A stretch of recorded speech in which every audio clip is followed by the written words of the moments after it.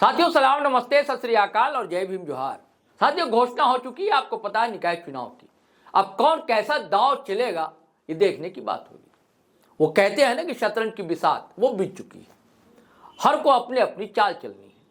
चाल वो भी चल रहा है जो चाल चलन चरित्र की बात करने वाली पार्टी है, और चाल वो भी चल रहा है जो झारखंडी अस्मिता की बात करता है। जेएम कांग्रेस ने भी अपनी रणनीतियां बनाई है और कई जगह उम्मीदवार उतार डाले। कल तक जहां आपसी खटपट दिखाई दे रही थी भारतीय जनता पार्टी और उसके अलाइ के बीच, यूं तो साथियों आप जानते हैं कि दलीय आधार पर चुनाव हो नहीं रहा है, लेकिन दलीय आधार पर ही हो रहा है ऐसा दिखता हुआ नजर आ रहा है हम सबको। तो खटपट जहां दिखलाई दे रही थी एनडीए में, वहां ऐसा कुछ नहीं है। लेकिन कांग्रेस और जेएमएम का जो गठबंधन है या आरजेडी जो साथ है या लेफ्ट है, इनके बीच अब तक जो है दुराव ही दिख रहा है। और रांची में आप देख लीजिए, रमा खड़को को कांग्रेस ने उतारा, समर्थन दिया। बात चल रही थी कि कई उम्मीदवार खड़े हो गए हैं जेएमएम के कार्यकर्ता, लेकिन अंतिम समय में एक का नाम आ गया, जेएमएम ने समर्थन दे दिया। तो होने क्या जा रहा दरअसल दोस्तों, झारखंड में भी और तो रांची में भी, इनको हम समझेंगे। बहुत दिन के बाद आप देख रहे हैं पॉलिटिकल एडिटर शैलेंद्र सिन्हा जी हमारे साथ हैं, तो इनसे हम समझेंगे। इनके पास तो बहुत खजाने हैं दोस्तों, आपको पता है, बड़ा बारीक बीनी है इनकी। तो शैलेंद्र जी क्या लग रहा है आपको? देखिए, ये एक तो जैसे हम लोग आपने भी कही बातें और हम लोग ग्राउंड पे भी देख रहे हैं, चीजों को समझ रहे हैं। जो सबसे सही बात है, जो दलीय आधार पे चुनाव है नहीं, तो इसको दल से जोड़ना मुझे लगता है जो थोड़ी, अब देखिए ना, सब बैठक भी कर रहा है। हाँ, बैठक कर रहे हो, बिल्कुल। देखिए, आप नेचुरली है ना, जब आप शहर के चुनाव में जब आप इन्वॉल्व हैं, आप किसी न हर कोई किसी न किसी पार्टी से जुड़ा हुआ है, एक उसकी अपनी पहचान है। और उस पहचान को लेकर के, क्योंकि आप मान लीजिए जिस चुनाव में आप जा रहे हैं, वार्ड पार्षद का हो चाहे मेयर का चुनाव हो, तो निश्चित रूप से छोटी छोटी एक उनका क्या कह सकते हैं, जो शक्ति वाली स्थिति तो है, या जहाँ पैठ उनकी ज्यादा अच्छी है, जिन चीजों को लेकर के है। अब देखिए बीजेपी के प्रदेश इकाई ने बैठक की भाई। हाँ, और वो सिर्फ जेएमएम के हेमंत सोरेन के उपस्थिति में बैठक की जेएमएम ने, कई जगहों पे। हाँ, कई जगहों पर नाम मंगवाए गए, उसके सारी चीजें हैं। तो निश्चित रूप से एक ये जरूर है, देखिए जेएमएम के नजरिए से हम कहा जाए ना, तो उनके लिए एक मौका तो जरूर है। अच्छा। जो वो शहरी इलाकों में अक्सर आज तक जेएमएम को माना जाता था, जो वो ग्रामीण परिवेश की पार्टी है या गांव अंचलों वाले में, उसके वहाँ को कि जल जंगल जमीन की बातें आप करते थे, लड़ाई लड़ते थे, तो वो पकड़ होती थी। लेकिन पिछले बार के विधानसभा चुनाव में जो 5 साल सरकार रही जेएमएम की, और फिर अब इस बार सरकार आई है, तो कहीं ना कहीं अब मुझे लग रहा है जो पार्टी के अंदर इस बात की छटपटाहट तो है, जो अब मुझे शहरी वर्ग की पार्टी भी बननी है। और यही वजह है जो इस मुद्दे पे जो नगर निकाय चुनाव, जो झारखंड के 48 नगर निकायों में हो रहे हैं चुनाव, जिसमें 9 मेयर का है और 20 नगर परिषद है, जो थोड़ा सा छोटा नगर बड़े शहरों के मुकाबले, और 19 जो है नगर पंचायत है। तो ये इन चुनावों में इतनी तो जरूर है जो जेएमएम की कोशिश एक नए नेतृत्व के उभार की है, ताकि आने वाले समय में जो अब देखिए ना शैलेंद्र जी, मतलब जो व्यापारिक वर्ग कहा जाता था कि जेएमएम के साथ जुड़ता नहीं है, परंपरागत वोट बैंक है किसका, भाजपा का। अब वो लोग जुड़ रहे हैं, उनके नेता अब जेएमएम का दामन थाम रहे हैं। कोडरमा में चांदनी गुप्ता को देखिए, धनबाद में देखिए चंद्रशेखर अग्रवाल को देखिए।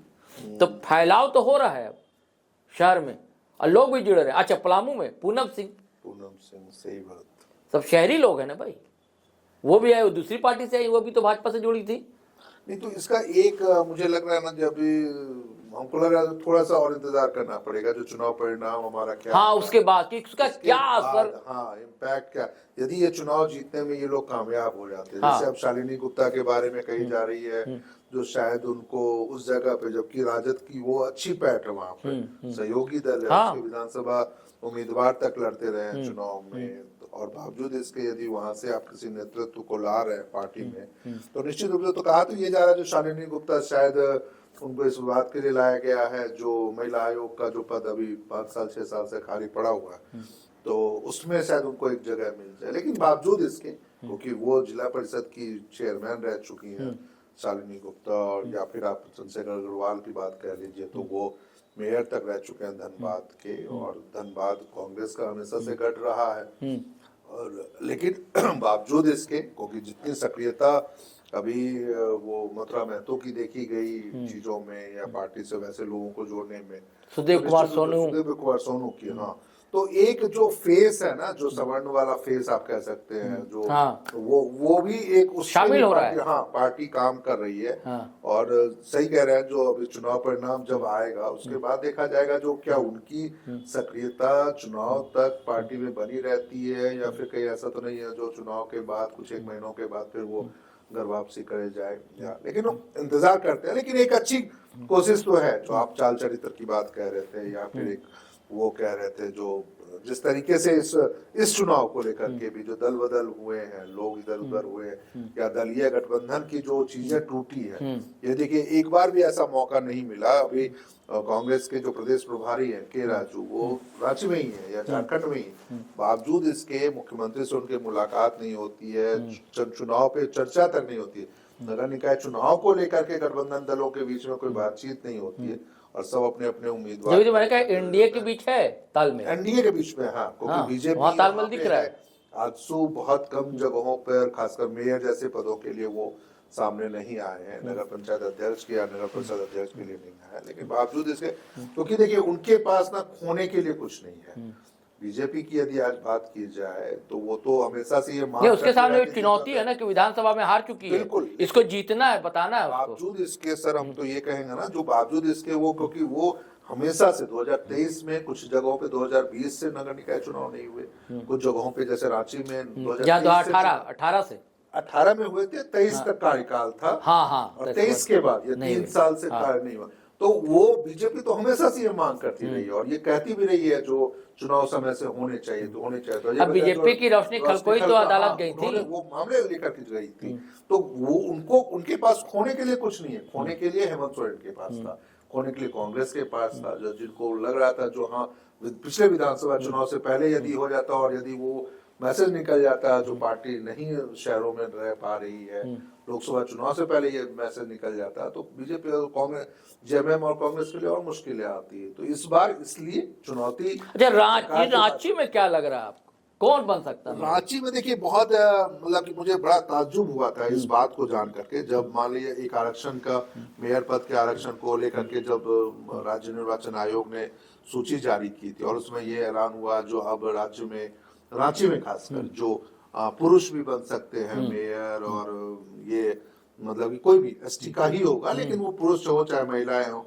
तो ये उम्मीद थी जो शायद इस बार बीजेपी कहीं पुरुष को रख लेगी, जैसे अशोक बड़ाई का नाम बड़ा चर्चा में था, जो वो आ सकते हैं, या कांग्रेस के नजरिए से भी था जो हाँ कुछ नए चेहरे और बड़े चेहरे शायद आ सकते हैं। लेकिन वो ना होकर के एक पुराने मेयर को, जो एक बार एक टर्म रह चुकी है मेयर, उनपे, रमा खलको पे कांग्रेस का दाव लगाना, या रोशनी खलको जिनके खिलाफ जो पिछली बार जो चुनाव 2 बार या 3 बार वो वार्ड पार्षद रही, 2 बार रह चुकी है, वो एक बार पति रह चुके हैं, और 2 बार ये, और पिछली बार एक बार निर्विरोध जीती, पिछली बार 2018 में वो निर्विरोध, लेकिन इस बार उनके ही वार्ड में कई लोग उनके खिलाफ भी अब बोल रहे हैं, चीजें भी होने लगी।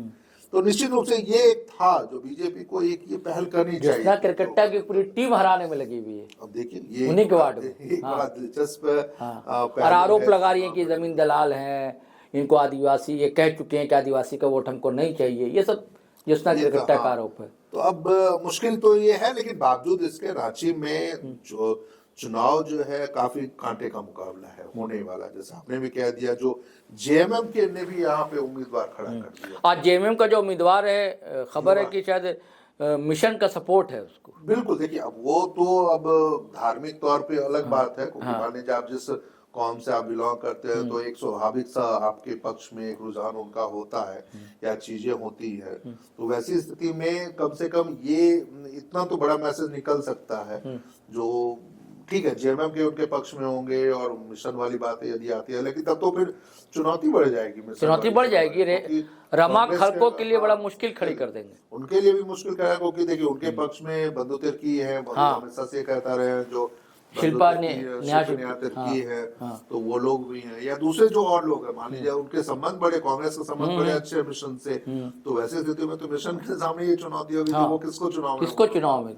हालांकि देखिए जिस तरह से पिछले 1-1.5 महीनों में देखा जाए, जो जिसको जेएमएम ने अपना उम्मीदवार घोषित किया है, उनकी जो सक्रियता दिखी थी, चाहे शहरी इलाकों में देखी जाए पार्टी, या अलग अलग मंचों पे देखी जाए, अलग अलग गतिविधियों में देखी जाए, तो ये तो एक जरूर लग रहा था जो वो कैंडिडेट होगा नगर निकाय चुनाव में, नगर निगम चुनाव में मेयर का, लेकिन जेएमएम का सपोर्ट उसको मिलेगा, ये एक बड़ा दिलचस्प पहलू है। तो मुझे लग रहा है जो शायद बड़ा दिन के दिन 25 दिसंबर के अवसर पर अच्छा जो सीएम गए थे मिलने, तो सारी प्लानिंग इन्हीं की थी, सुजीत की। हाँ, सुजीत भी थे, बैठक भी हुई थी, बैठक में भी शामिल हुए थे, तो इसीलिए लग रहा है लोगों को संभावना कि भाई मिशन का इनको सपोर्ट मिल सकता है। और यदि ये ऐसा होता है तो निश्चित रूप से देखिएगा, जो कहीं ऐसा ना हो जो चुनाव में फिर ध्रुवीकरण ना हो जाए। हाँ, ध्रुवीकरण भी हो तो फिर फायदा होगा वर्षा कह रहे हो, रोशनी खलको को भी मिल जाएगा, और रमा खलको का वोट कटेगा। दूसरी एक और जो, क्योंकि देखिए कांग्रेस और जेएमएम का वोट का बैंक देखिए ना, लगभग एक माइनॉरिटी आदिवासी यही है।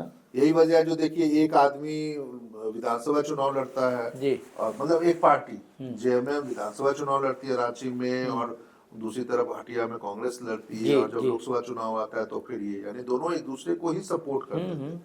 वैसी स्थिति में इस बार के यदि नगर निगम चुनाव में ये स्थितियां बन रही है, जो कांग्रेस के भी उम्मीदवार मैदान में है, समर्थित उम्मीदवार मैदान में है, या फिर जेएमएम के समर्थित उम्मीदवार, जो एक मैं वही कह रहा था, जो परिस्थितियां हैं कांग्रेस का और जेएमएम का, तो इन दोनों की आपसी खींचातान में, वोटों के बंटवारे में कहीं रोशनी खलको ना आगे निकल जाए। हालांकि देखिए उनके प्रति भी बहुत ज्यादा नहीं है, क्योंकि बीजेपी के पास पिछले 2 टर्म जब आशा लकड़ा रांची की मेयर थी, तो उपलब्धि के नाम पर उनके पास कुछ वैसी है नहीं जिसके आधार पर वो इस बार लोगों के बीच में जा सके। तो एक नकारात्मक नेगेटिव एक जो चीजें, देखिए भारतीय जनता पार्टी तो चुनाव मोदी जी के नाम पर लड़ती है ना, हर जगह। देखिए चुनाव आप मोदी जी के नाम पर लड़ने आएंगे, लेकिन यहाँ भी दिक्कत है ना कि क्योंकि ये ना तो ईवीएम से हो रहा है और ना ही दलीय आधार पर हो रहा है, क्योंकि बीजेपी का वोटर जो है वो कमल को पहचानता है, मोदी जी को पहचानता है। अच्छा, तो इस बार ये मुश्किल आएगी जो कौन से सिंबल पे हाँ, ये एक बड़ी बात है। और दूसरी एक ये भी बात है, देखिए पिछली बार जब जो चुनाव हुए थे तो बीजेपी सत्ता में थी जी, और अभी जेएमएम सत्ता में, तो एक ये क्या फायदा। अच्छा, लेकिन एक चीज और भी है, देखिए बच्चों का एग्जाम चल रहा है, ठीक है, और उधर जो है रमजान भी शुरू हो जाएगा। अच्छा, तो वोटर जो है क्या आएगा कि नहीं वोट देने, ये भी सवाल नहीं। वोटर देखिए आएगा तो उसकी संख्या घट सकती है, परसेंटेज घट सकता है वोटिंग का, लेकिन कम से कम देखिए, क्योंकि देखिए अब जब सिंबल मिल गए हैं सभी उम्मीदवारों को, तो अगले 13-14 दिनों तक जो चुनाव प्रचार होगा, और इस दौरान गली गली में, मतलब हर नुक्कड़ चौराहे पे जो डिस्टर्ब होगा बच्चों को, गाड़ियां जो बजेंगी चुनाव प्रचार की वो टीमें बजेंगी, तो उससे बच्चे बहुत डिस्टर्ब होंगे। अभी ये गलत समय था इनको चुनाव के लिए, मुझे मेरा व्यक्तिगत तो ये सही जो अभी देखिए ना, झारखंड बोर्ड की भी परीक्षाएं बच्चों की चल रही है, जो 16-17 तक परीक्षाएं चलेंगी, और 15-16-17 से सीबीएसई बोर्ड की परीक्षाएं भी चलेंगी, और चुनाव भी हमारा 23 को है। तो एक हफ्ते वो और इधर ये, तो ये गलत समय था। देखिए ये अलग बात है, हम सब जानते हैं, हमारे बहुत सारे दर्शक भी जान रहे होंगे, जो ये चुनाव भी हो रहा है वो हाईकोर्ट के दबाव पे हो रहा है। हाईकोर्ट ने सरकार को कह रखा था, क्योंकि अवमानना मामले की याचिका उनके सुनवाई के दौरान हाईकोर्ट ने कहा था जो 30 मार्च तक आप चुनाव करवा लीजिए। तो जो चुनाव आप फरवरी के महीने में करवा रहे हैं, इसी चुनाव को यदि आप चाहते तो मार्च में भी ले जा सकते थे। 30 मार्च से पहले उन्होंने चुनाव खत्म कराने की बात कही थी, तो आप 26-27 मार्च को भी खत्म करवा सकते थे ना, जो काम आप फरवरी में करवा रहे हैं। तो उससे क्या होता ना, जो हमारे बच्चों को भी थोड़ी राहत मिल जाती, चुनाव प्रचार वाली बात होती, और जो आप रमजान की बात कह रहे थे उससे भी हो सकता था राहत मिल जाती है। थोड़ा बढ़ा सकते थे, ये बढ़ाना चाहिए। तो मुझे लगता है जो इस विषय को या इस पूरी चीजों को देखने में शायद राज्य निर्वाचन आयोग से चूक तो जरूर हुई, जो ये एक बड़ा गंभीर और मसला तो था ही। लेकिन रांची में रमाकल को फंस गई, इतना तो तय लगता है, पूरी तरह फंसेंगी। अभी तो शुरुआत देखिए अब होना है, और क्योंकि देखिए अभी मेयर पद पे 11 उम्मीदवार हैं, कांग्रेस और बीजेपी जेएमएम को छोड़ दिया जाए तब भी 8 उम्मीदवार। नहीं, पहले तो साफ दिख रहा था कि रमा आमने-सामने खलको और की- रोशनी खलको आमने- आमने हाँ, सामने की लड़ाई, आमने-सामने अब त्रिकोणीय बन गई। त्रिकोणीय हो जाएगा वो। हाँ। तो निश्चित रूप से वो फंसेंगी और उनके पास कुछ बताने को नहीं है। यदि आप नए चेहरे, जैसे बीजेपी ने नया चेहरा दे हाँ, दिया, जेएमएम ने नया चेहरा दे दिया, बिल्कुल, तो कांग्रेस को भी यदि देना ही था उम्मीदवार तो नए चेहरे को देना था। कम से कम नए चेहरे के प्रति आकर्षण तो कुछ रहता है लोगों को, कुछ एक नई सोच के उभर के तो आती। आज रमा खलको किन चीजों, किस मुद्दों पे, किस उपलब्धि, उनसे सवाल होगा ना कि आपने किया क्या क्या। उपलब्धियां क्या थी आपकी, यही वजह एक बड़ी बात है। देखिए शैलेंद्र जी ने बिल्कुल सही कहा कि मामला पेच जो है फंस गया है दोस्तों, कांग्रेस और जेएमएम दोनों के लिए। और मुझे तो ऐसा लगता है कि ऐसा ना हो खबर तो नहीं मिल जाए भारतीय जनता पार्टी समर्थित उम्मीदवार रोशनी खलको को।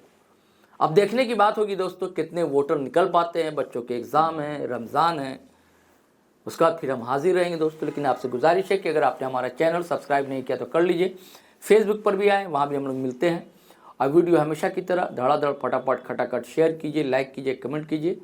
आज्ञा दीजिए, इजाज़त दीजिए। जय हिंद, जय भारत।